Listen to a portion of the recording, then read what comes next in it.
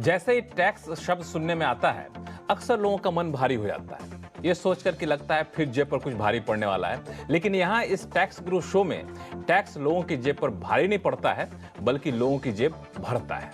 क्योंकि हम टैक्स बचाने के तरीके आपको बताते हैं और इस कोशिश में इस बार हमारी मदद करने वाले हैं बेहद ही अनुभवी टैक्स एक्सपर्ट मुकेश पटेल जी, जो कि अहमदाबाद से हमारे साथ जुड़ रहे हैं। मुकेश जी नमस्कार, कैसे हैं आप? नमस्कार लक्ष्मण जी। तो मुकेश जी ने चलिए तो मुकेश जी ने हमें बताया था कि हम कई सारे मोर्चे पर लोगों को कुछ खास टिप्स देने वाले हैं, इसीलिए एक झलकी दे दें आपको इस शो की कि इस शो में आपको हम बताने वाले हैं कि अगर आपने लोन लेकर शेयर, जमीन या फिर कोई दूसरा कैपिटल एसेट खरीदा है तो ब्याज पर कैसे बचाएं टैक्स। अपने इस्तेमाल के लिए अगर आपने कोई मेडिकल इक्विपमेंट खरीदी है तो क्या टैक्स बचाने के लिए उसे मेडिकल खर्चे के तौर पर दिखा सकते हैं, और साथ ही ये भी बताएंगे कि चेक से पेमेंट या मनी ट्रांसफर करने पर क्या आपको देना होगा जीएसटी। इन सारे मुद्दों पर बातचीत करेंगे। लेकिन सबसे महत्वपूर्ण मुद्दा मुकेश पटेल जी, सबसे आप ही के पास से आऊँगा, शुरुआत करूँगा। कई लोग जो है लोन लेकर कैपिटल एसेट लेते हैं, जैसे जमीन खरीद लेते हैं, बिल्डिंग खरीद लेते हैं, कई बार शेयर भी लोग खरीद लिया करते हैं। तो इस लोन पर जो ब्याज चुकाते हैं, क्या उस ब्याज पर टैक्स बचाया जा सकता है क्या? तो इस पर सवाल मैं थोड़े से अलग अलग टुकड़ों में आपसे पूछूंगा, क्योंकि सबसे ज्यादा ऐसे लोग जो हैं वो प्रॉपर्टी खरीदते हैं, घर खरीद लिया या फिर जमीन खरीद लिया। तो ऐसे लोन लेने पर, इस तरह की प्रॉपर्टी खरीदने पर जो ब्याज उनको चुकाना पड़ता है, क्या उस ब्याज पर कोई टैक्स डिडक्शन मिल पाएगा? इसको थोड़ा दो हिस्से में बांट कर कहें तो ज़्यादा अच्छा रहेगा। कई बार घर खुद सेल्फ ऑक्यूपाइड होता है, कई बार रेंटेड भी होता है, तो दोनों को क्या अलग अलग नियम है या फिर एक ही साथ है? बिल्कुल लक्ष्मण जी, आपका सवाल बहुत ही रोचक है और जैसे आपने बताया आगे, ये सवाल को अगर हमारे दर्शक ध्यान से सुनेंगे तो उनके जेब बचत से भरेंगे, क्योंकि टैक्स में काफ़ी बचत करने की संभावना इस हमारे जवाब से उभरेगी। बिल्कुल। सबसे पहले जो हम जानते हैं सेल्फ ऑक्यूपाइड हाउस प्रॉपर्टी, उसके बारे में तो जो नियम है वो काफ़ी प्रचलित है। सेक्शन 24 के तहत सेल्फ ऑक्यूपाइड प्रॉपर्टी जो होती है उसकी एनुअल लेटिंग वैल्यू तो ज़ीरो होती है, माना उसकी कोई इनकम नहीं होती है, पर वो ज़ीरो इनकम में से आपको खर्च मिल सकता है और वो आपने जो हाउसिंग लोन लिया हो, ये ज़रूरी नहीं है कि कोई इंस्टीट्यूशन से लें आप या बैंक से ले, आप प्राइवेट लोन भी ले सकते हैं। तो उस पर जो भी ब्याज आपको चुकाना होगा, पेएबल होगा, एक्चुअली यू मे नॉट पे also but what is payable, वो आपको 2 लाख रुपए की सीमा में मिलेगा। और ये ज़रूरी नहीं है कि केवल एक घर, क्योंकि अब आप सेल्फ ऑक्यूपाइड 2 घर भी रख सकते हैं। तो 2 घर हैं तो दोनों का मिला के कुल रुपया 2 लाख के दायरे में आप बचत कर सकते हैं। ये तो रहा सेल्फ ऑक्यूपाइड प्रॉपर्टी का। अगर मान लिया रेंट पे कोई प्रॉपर्टी कर दिया हमने लोन लेकर के, तो उसका क्या होगा? जी, अगर आपने प्रॉपर्टी खरीद के रेजिडेंशियल या कमर्शियल, क्योंकि सेल्फ ऑक्यूपाइड प्रॉपर्टी केवल रेजिडेंशियल के लिए है, पर आप जो रेंट पर देते हैं वो रेजिडेंशियल भी हो सकती है, कमर्शियल भी हो सकती है। तो आप जो भी रेंट चुकाते हैं, माना आपकी रेंट की जो आय होती है, आप प्रॉपर्टी जब रेंट पर देते हैं तो उस आय के सामने आपने जो हाउसिंग लोन लिया है तो उसका पूरा ब्याज विदाउट एनी लिमिट आपको डिडक्शन मिल सकता है। मान लीजिए आपने एक प्रॉपर्टी के लिए 1 करोड़ रुपए की लोन ली है और आप उस पर 8% के हिसाब से 8 लाख रुपए का ब्याज चुकाते हैं, और समझिए आपको 5 लाख रुपए का रेंट मिलता है। तो वो 5 लाख के रेंट में से वो जो आपका 8 लाख रुपया है ब्याज का, वो आप उसको करके सेट ऑफ करके जो भी 2 लाख रुपये तक की सीमा में जो अमाउंट है वो आप अदर इनकम के सामने एडजस्ट कर सकते हैं। माना रेंट के सामने पूरा और अदर इनकम के सामने 2 लाख रुपए, 2 लाख रुपए तक उससे आप भी बचा। ज्यादा है तो उसको कैरी फॉरवर्ड कर सकते हैं। तो ये इसमें काफी फायदेमंद इसके नियम भी हैं। ये तो रही बात प्रॉपर्टी की। कई बार लोग, हालांकि जो फाइनेंशियल प्लानर होते हैं वो ऐसा सुझाव नहीं देते हैं, फिर भी कई बार लोग शेयर जैसी प्रॉपर्टी भी लेते हैं, कैपिटल एसेट भी ले लेते हैं लोन लेकर के। तो उसमें क्या नियम है इस ब्याज को एडजस्ट करने का? अब डिविडेंड आता है जब आपने मान समझिए कि शेयर्स या म्यूचुअल फंड्स में इन्वेस्टमेंट किया जहां आपको डिविडेंड की इनकम है। पहले तो डिविडेंड आपका टोटली एग्जम्प्ट हुआ करता था, पर जब से लेके 2020 से लेके डिविडेंड जब टैक्सेबल हुआ तो अब नियम ये है कि अगर आपने लोन लेके शेयर में इन्वेस्टमेंट किया है तो जो ब्याज आपको चुकाना है वो खास ख्याल में रखिएगा कि आपकी जो डिविडेंड की इनकम है वो डिविडेंड की इनकम की 20% से ज्यादा न हो, उस रकम की सीमा में ही आप ब्याज क्लेम कर सकते हैं।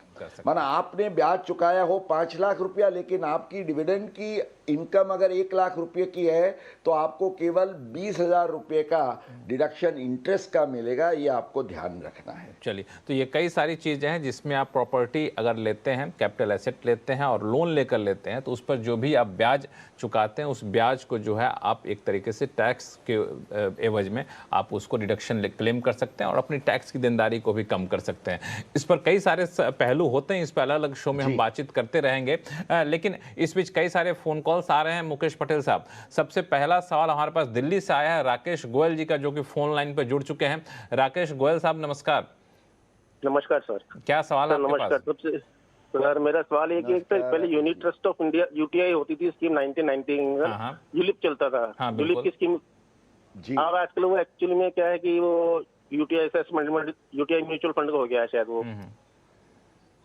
सवाल क्या है? यूलिप मैंने लिया था सर, मेरा 1990 में यूलिप मैंने एक परचेज करा था यूटीआई का, जो कि 2000, लेकिन मैंने उसका पेमेंट ही नहीं लिया। लेकिन अब मैं उसका पेमेंट लेना चाहता हूँ, ठीक तो है। इसका टैक्स ट्रीटमेंट पूछना चाहता हूँ, क्या इसमें टैक्सेबल लायबिलिटी बनेगी या नहीं बनेगी? क्योंकि इसमें एलआईसी प्रीमियम करता था, कुछ रिस्क इंश्योरेंस प्रीमियम जो होता था। ठीक है, देखिए आपका ये जो यूलिप है, यूनिट लिंक्ड इंश्योरेंस प्लान, उसका जब भी कोई मैच्योरिटी प्रोसीड आता है तो आयकर कानून के सेक्शन 10 सब सेक्शन 10D के तहत इसकी टैक्सेबिलिटी को हम देखते हैं। अब कोई भी ऐसा यूनिट लिंक्ड इंश्योरेंस प्लान या रेगुलर इंश्योरेंस प्लान होता है, हालांकि आपका तो 1990 का है, उस टाइम तो कोई रिस्ट्रिक्शन नहीं था, फिर उसके बाद कुछ रिस्ट्रिक्शंस आए और 2012 के बाद नियम ये है कि अगर आप 10 इयर्स से ज़्यादा आपका ड्यूरेशन है पॉलिसी का तो आपका maturity will be completely exempt. अब आपके केस में तो कोई सवाल ही नहीं है, तो आपका टोटल यूलिप का जो अमाउंट है वो 10D में एग्जम्प्ट होगा। आयकर की कोई चिंता आपको करनी नहीं। बिल्कुल, आप कोई टेंशन मत लीजिए कि आपको इनकम टैक्स चुकाना होगा। जो आपने डिटेल दी उस डिटेल के हिसाब से यही सही सलाह बनता है। इसलिए मैं कहता हूं कि टैक्स का टेंशन मत लीजिए। हमारे पास काफ़ी अनुभवी टैक्स एक्सपर्ट होते हैं। देखिए कितनी बेहतरीन सलाह आपको मिली है। चलते हैं अमृतसर, जहां से doctor Om Prakash Gupta ji phone line पर जुड़ चुके हैं। डॉक्टर ओम प्रकाश गुप्ता जी नमस्कार। नमस्कार सर। आप नमस्कार, बहुत बहुत धन्यवाद मेरा सवाल लेने के लिए। चलिए, आप डॉक्टर हैं पेशे से कि डॉक्टर पीएचडी वाले हैं? नहीं सर, मैं ईएनटी स्पेशलिस्ट डॉक्टर हूँ। अरे वाह, चलिए बहुत अच्छी बात। बताएं क्या सवाल है आपके? सर वो जो लॉन्ग टर्म कैपिटल गेन जब आप म्यूचुअल फंड को रिडीम करते हैं तो वो मेरा इम्प्रेशन था कि 1 लाख रुपए एक साल हर साल एग्जम्पशन है जी। तो सर वो मेरे सीए बताते हैं कि नहीं, आपको जब ग्रैंड पेरेंटिंग का मिलेगा तो ही ये बेनिफिट मिलेगा। तो वो अब की बात फिर मुझे उसके ऊपर टैक्स देना पड़ गया। तो अब ये उलझन है कि इसका क्या समाधान है जी? बिल्कुल, आपकी उलझन दूर करेंगे। मुकेश पटेल साहब, क्या सुझाव होगा इनके लिए? बिल्कुल। अब लक्ष्मण जी, मैं ये कहूँगा कि हमारे ईएनटी के डॉक्टर साहब हैं ना, वो उनके सीए से एटलीस्ट टैक्स के ज्ञान में ज़्यादा काबिल है। अच्छा, विद ड्यू रिस्पेक्ट, वो जो चार्टर्ड अकाउंटेंट का कहना है कि केवल इक्विटी शेयर्स पर ही ये 1 लाख रुपए का जो एग्जम्पशन का टैक्स नहीं देने का फायदा है सेक्शन 112A का मिलेगा, वो गलत है। 112A में केवल इक्विटी शेयर्स ही नहीं, ओम प्रकाश जी आपकी जो इम्प्रेशन है बिल्कुल सही है, इक्विटी ओरिएंटेड म्यूचुअल फंड्स हैं जिस पर आप एसटीटी भरते हैं, उसका भी एग्जम्पशन ये 1 लाख रुपए के दायरे में आ जाता है। तो शेयर्स और म्यूचुअल फंड्स दोनों जिस पर आपने एसटीटी भरा है वो 112A में 1 लाख रुपए तक आपको कोई टैक्स नहीं देना है, केवल उसके ऊपर टैक्स होगा। तो डॉक्टर साहब आप तो ईएनटी स्पेशलिस्ट हैं, लगता है टैक्स की भी काफी पढ़ाई करते रहते हैं आप, ऐसा है क्या? जी नहीं सर, ये आपके जो टैक्स गुरु का ज्ञान है उसी के बेसिस पे मैं आपको ये बता रहा हूँ। जी बहुत बहुत शुक्रिया, आपने इस तरीके से हम लोगों का हौसला भी बढ़ाया है। और जैसा चलिए लक्ष्मण जी आपको बधाई हो, आप कितना ज्ञान बांटते रहते हैं। नहीं ज्ञान तो आप बांटते हैं, हम तो माध्यम बने रहते हैं, लेकिन अच्छी बात है कि हम लोगों के शो को देख करके लोग टैक्स के नियमों की बारीकियां भी समझते हैं और कई बार टैक्स एक्सपर्ट से भी ज़्यादा बेहतर एक्सपर्ट हो सकते हैं। और भी कोई उलझन होगी तो ज़रूर लिखिएगा डॉक्टर साहब हमें tax@moneycontrol.com पर। और फिलहाल लेते हैं अगला सवाल कंचन त्रिपाठी जी का, जो कि लखनऊ से हैं और इन्होंने ईमेल भेजा है।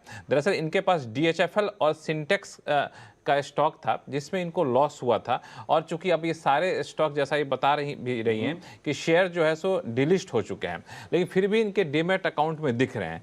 तो अब इनके सीए ने क्या किया कि डिलिस्टिंग के चलते सीए ने शेयर को ITR में नहीं दिखाया। अब पूछ रही हैं कि क्या जो लॉस हुआ था उस लॉस को हम अगले साल में सेट ऑफ कर सकते हैं क्या? लक्ष्मण जी बहुत ही इंटरेस्टिंग क्वेश्चन है, क्योंकि आजकल बहुत सारी कंपनियां जो होती है जिसमें आपने शेयर में निवेश किया हो उसका डीलिस्टिंग हो जाता है। अब जब डीलिस्टिंग होता है तो क्या करना चाहिए? देखिए आपका नुकसान तो in terms of principal value हुआ ही हुआ, क्योंकि बहुत सारी कंपनीज होती है डीलिस्ट हो जाती है, उसके शेयर के भाव ऑलमोस्ट पेपर पस्ती की तरह हो जाते हैं। बिल्कुल। पर अब प्रॉब्लम यह है कि जब लिस्टिंग नहीं है तो उसको आप कैसे ट्रांसफर करके, क्योंकि जब तक ट्रांसफर नहीं होता है तब तक लॉस क्लेम नहीं कर सकते। तो ऐसे केस में एक तो सुझाव ये है कि लिस्टेड शेयर्स स्टॉक एक्सचेंज पर होते हैं, डीलिस्टिंग वाले शेयर्स का भी आप ट्रांसफर कर सकते हैं ऑफ मार्केट ट्रांजैक्शन से एट अ नॉमिनल वैल्यू। तो आप किसी को भी ऑफ मार्केट ट्रांजैक्शन दे के इस तरीके से आप लॉस क्लेम कर सकते हैं। मान लीजिए डीलिस्टिंग के बाद वो लिक्विडेशन में चली गई कंपनी और ऑफ मार्केट में भी ट्रांजैक्शन नहीं हो सकता है, तो एक्चुअली यहाँ आपको ज़्यादा फायदा इस तरीके से आप ले सकते हैं कि इसको हम एक्सटिंग्विशमेंट कहते हैं। जब आपका शेयर ही नहीं रहा, लिक्विडेशन में चली गई बात सब, तो वो extinguishment is a transfer and therefore extinguishment में आपको कुछ नहीं मिलता है, इसलिए वो पूरी रकम जो है उसको भी आप लॉस के तौर से कैपिटल लॉस क्लेम करके शॉर्ट टर्म या लॉन्ग टर्म जो भी बनता है, और ये प्राइवेट अनलिस्टेड है इसलिए 2 साल का और इंडेक्सेशन वाला नियम भी लगेगा। तो लक्ष्मण जी काफी फायदा, at least you have lost the value of shares, पर टैक्स में जो बचत हो सकती है वो आप जरूर कर सकते हैं। तो इसमें 2 तरीके हैं, एक तो ट्रांसफर कर सकते हैं अगर कंपनी लिक्विडेशन में नहीं गई है, तो अगर कंपनी लिक्विडेशन में चली गई है तो फिर ट्रांसफर करने की जरूरत नहीं है, तब सीधे उसका फायदा उठा सकते हैं। ब्रेक के बाद एक बार फिर से आपका स्वागत है। आप देख रहे हैं टैक्स गुरु और आपके सवालों का जवाब देने के लिए हमारे साथ हैं जाने माने टैक्स एक्सपर्ट मुकेश पटेल साहब, जो कि अहमदाबाद से जुड़े हुए हैं। मुकेश जी, लोगों के सवाल लें और आपके जवाब लें, इससे पहले एक जो मुद्दा बार बार आता है, कई लोग सवाल पूछते भी हैं और इन दिनों काफ़ी चलन में भी है, वो है पार्टनरशिप फर्म का। दरअसल पार्टनरशिप फर्म के जो वर्किंग पार्टनर्स होते हैं उनको अक्सर फर्म से रेम्युनरेशन मिलता है, वो इसके हकदार होते भी हैं। अब मामला ये उठता है कि ऐसे वर्किंग पार्टनर को जो रेम्युनरेशन मिलता है, इसके तौर पर जो आमदनी होती है, तो क्या वो टैक्स डिडक्शन के लिए कोई क्लेम कर सकते हैं अपने एक्सपेंस को? क्या इस तरह की व्यवस्था है टैक्स के नियम में? जरूर। टैक्स गुरु के माध्यम से आज हम दर्शकों को ये बताएंगे।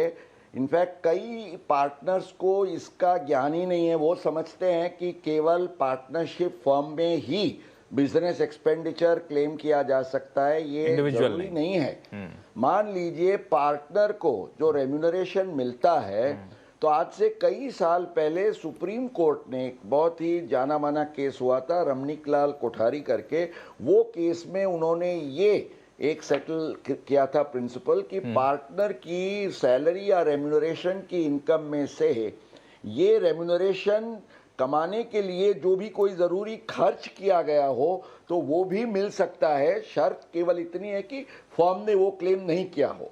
अब कई बार क्या होता है कि ऐसे जो रेम्यूनरेशन आपको मिलता है, अब पार्टनर की पर्सनल कार है जिसका खर्च फर्म में नहीं पड़ता है, तो वो कार का, मोटर कार का फ्यूल है, डेप्रिसिएशन है, उसका पार्टनर का टेलीफोन है अगर वो अपने लिए यूज़ करता है, या तो उसने एक कोई बंदा रखा है जो उसको असिस्ट करता है अपना पार्टनरशिप फर्म की सर्विसेज देने के लिए।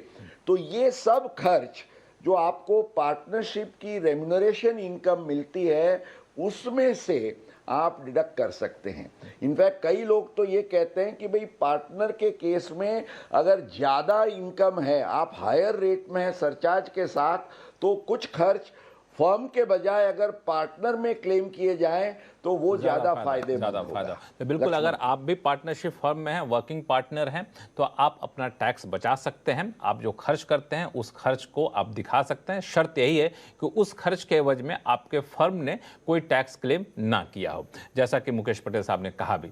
अब चलते हैं फिर से सवाल जवाब का सिलसिला शुरू करते हैं। चलते हैं वडोदरा, वहाँ से अशोक पांडे जी हमारे साथ फोन लाइन पर जुड़ चुके हैं। अशोक जी नमस्कार, क्या सवाल है आपके पास? नमस्कार लक्ष्मण जी और मुकेश जी। मेरी पत्नी सीनियर सिटीजन है और वो एक्यूट स्लीप एपनिया से पीड़ित हैं। हाल ही में मैंने एक नई सीपैप मशीन खरीदी जिसकी कीमत 56,000 रुपए है। इस मशीन का उपयोग नींद के दौरान सांस लेने में सहायता के लिए किया जाता है और ये डॉक्टर की सलाह से वो 2015 से इसका उपयोग कर रही हैं।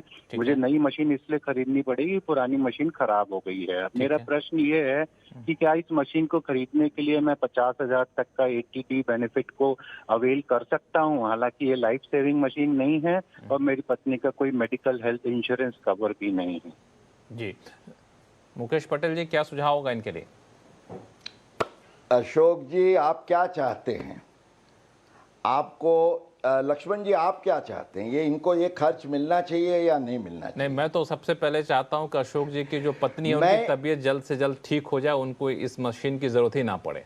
बिल्कुल बिल्कुल, लेकिन तात्कालिक राहत टैक्स के मोर्चे पर दे साथ लक्ष्मण जी हम टैक्स के मोर्चे पर जो मैं बताने वाला हूं, मेरे ख्याल से वो एक बहुत बड़ी राहत के समाचार मैं उनको देना चाहता हूं। अब समझिए, ये जो सेक्शन 80D है उसमें ये कहा गया है कि any amount of expenditure that you have incurred for purposes of the medical expenditure जो है for the health of the SSC और एनी रिलेटिव, माना उसकी स्पाउस है या तो जो भी फैमिली मेंबर है। अब ये सीनियर सिटीजन है, इनका कोई प्रीमियम चुकाया नहीं जाता है, इसलिए वो क्लियरली एलिजिबल केस है मेडिकल एक्सपेंडिचर का। अब सवाल ये होता है कि medical expenditure for purposes of health of the SSC के दायरे में क्या आएगा? अब इसमें डॉक्टर का कंसल्टिंग एक्सपेंडिचर आता है, वो तो हम जानते हैं। हॉस्पिटलाइजेशन का एक्सपेंडिचर आता है, वो भी हम जानते हैं। दवाई का खर्च होता है, वो भी जानते हैं। पर अब जब हम हेल्थ की बात करें तो ये तीन के अलावा एक चौथी भी चीज़ है जिसको हम मेडिकल गैजेट्स कहेंगे।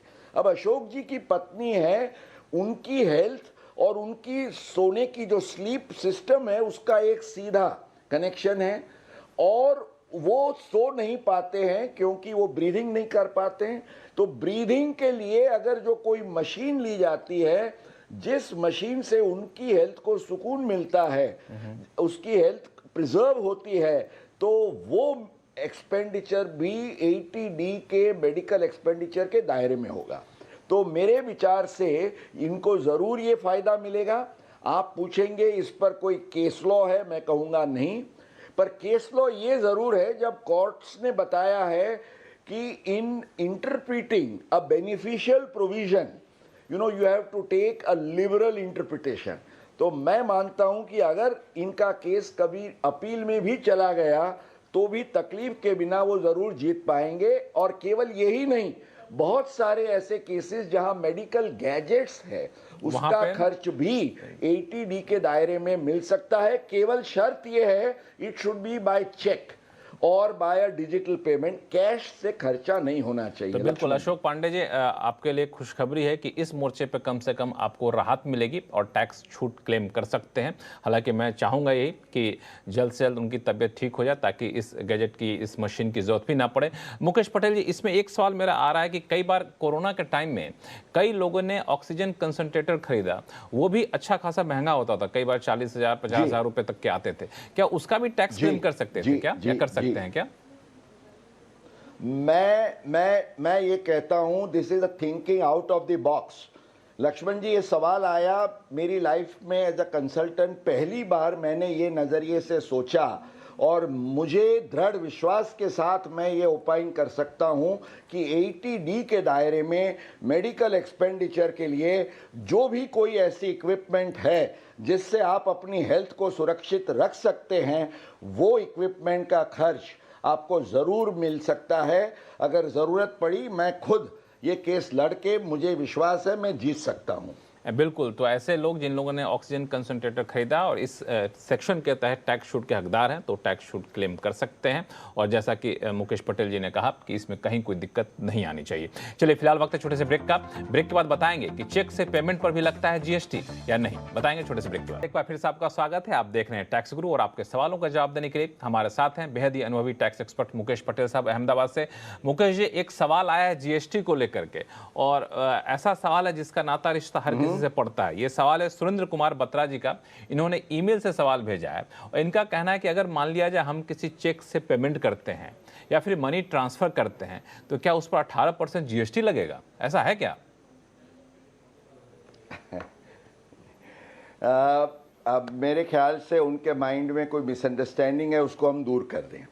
देखिए, चेक पेमेंट या मनी ट्रांसफ़र से आप जो अमाउंट का भुगतान करते हैं, पेमेंट करते हैं, वो अमाउंट पर GST नहीं लगता है। मान लीजिए आपने 10 लाख का बैंक ट्रांसफ़र किया, मनी ट्रांसफ़र किया, उस पर 10 लाख पर कोई टैक्स नहीं है।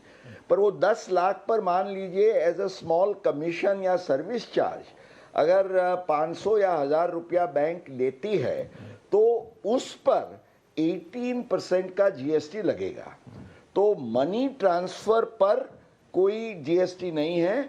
मनी ट्रांसफ़र की सर्विस के लिए जो चार्ज या कमीशन लिया जाता है उस पर GST जरूर लगेगा। बिल्कुल। तो ये साफ है कि जो आप पैसा ट्रांसफर करते हैं चेक बुक से या मनी ट्रांसफर के जरिए, उस पर कोई GST नहीं है। हाँ, इस ट्रांसफर के एवज में बैंक आपसे कोई प्रोसेसिंग फी या सर्विस चार्ज वसूल रही होती है तो उस पर GST लगता है। वो काफ़ी मामूली सी रकम होती है जो बैंक वसूलते भी हैं या फिर ऐसे जिन प्लेटफॉर्म वसूलते हैं। तो मुकेश पटेल साहब, बहुत बहुत शुक्रिया सभी सवालों का जवाब देने के लिए। कई सारे मुद्दे जो रह गए, मैं समझता हूँ कि अगले शो में जब आपसे रूबरू होऊंगा तो उस पर चर्चा करूंगा। टैक्स गुरु में फिलहाल इतना ही। अगर आपके पास कोई भी सवाल हो, चाहे GST से जुड़ा हुआ हो या फिर इनकम टैक्स से, आप हमें लिख भेजिए tax@moneycontrol.com पर। हाँ, एक बात मत भूलिएगा, आप जब भी सवाल भेजें तो आप अपने सवाल के साथ अपना नाम और मोबाइल नंबर लिखना ना भूलें और सवाल भेजें tax@moneycontrol.com पर। फिलहाल के लिए नमस्कार, देखते रहिए CNBC आवाज़।